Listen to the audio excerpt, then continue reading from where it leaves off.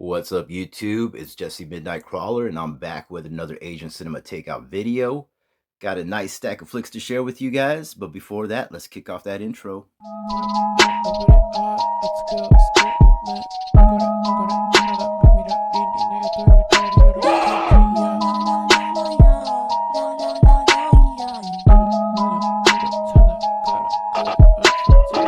Alright guys, let's kick things off with Japanese cinema. First up, we have Meiko Kaji and Female Prisoner Scorpion 701's Grudge Song. Fantastic film. It's also done by a different director, as the first three films were done by Shunya Ito. This one's directed by Yasuharu Hasebe, and he does a great job, man. I really dug his style, especially like towards the end. You really see like that iconic imagery. You've probably seen like, images on Google, etc. Meiko Kaji absolutely knocks it out the park. And if I had to review this like in one sentence, I'd be quoted as saying, "Fuck the police, don't trust men, and payback's a bitch." Yeah. Next up, we have Terrifying Girls High School Animal Classmates, aka Animal Courage from 1973, starring the lovely and deadly Reiko Ike. Now, this is an awesome release that's put out by Discotheque Media. They recently have a line of Blu-rays called Nihon Nights, and I'm absolutely stoked for these. This is the first one I pick up. This was a no-brainer. Absolutely had to do it, as it's a early 1970s quintessential Pinky Violence pickup. And yeah, this film definitely delves into like the sex trade, some prostitution rings, gang turf wars in the school system. Reiko Ike is amazing in this, and I highly recommend you guys check this release out. Now, inside the slipcover, you get your awesome uncensored cover art to go with your Blu-ray disc.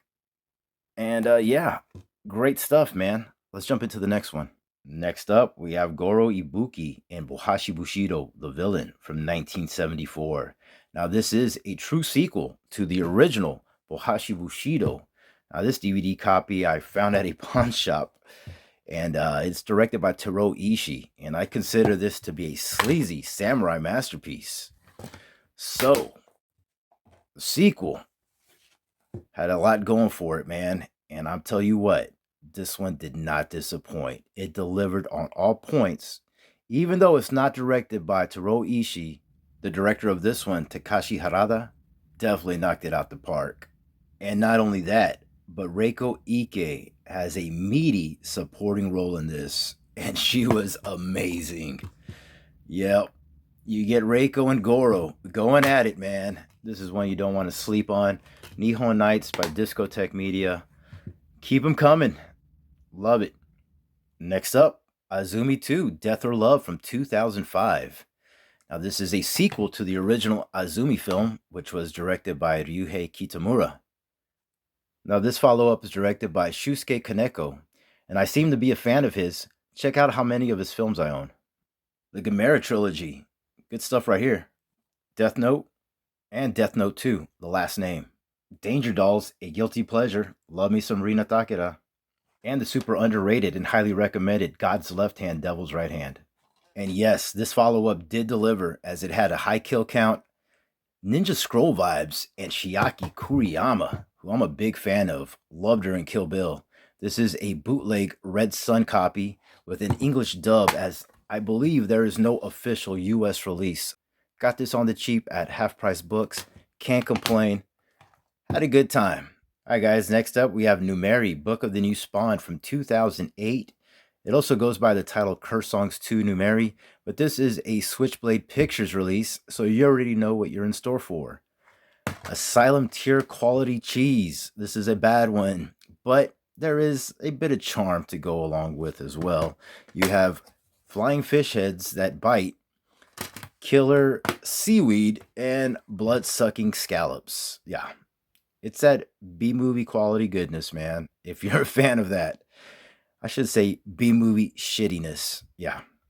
How to get it, man. I'm a sucker for these Switchblade Pictures. Next up, we have Cowboy Bebop, the complete series. One of my favorite animes of all time, if not. And yeah, this was an absolute blast. Revisiting on Blue. and one I had to pick up super cheap on Amazon. Love it. And last but not least, we have By Bus from 2018. Some Philippine cinema that definitely brings it. Ann Curtis is in the lead role, and she is, for the most part, pretty believable and kick-ass. I dug her. This is a claustrophobic kill 'em all, high body count, and action-packed.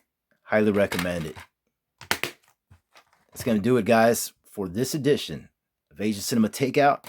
Thank you so much for hanging out with me, and I'll catch you very soon. Peace.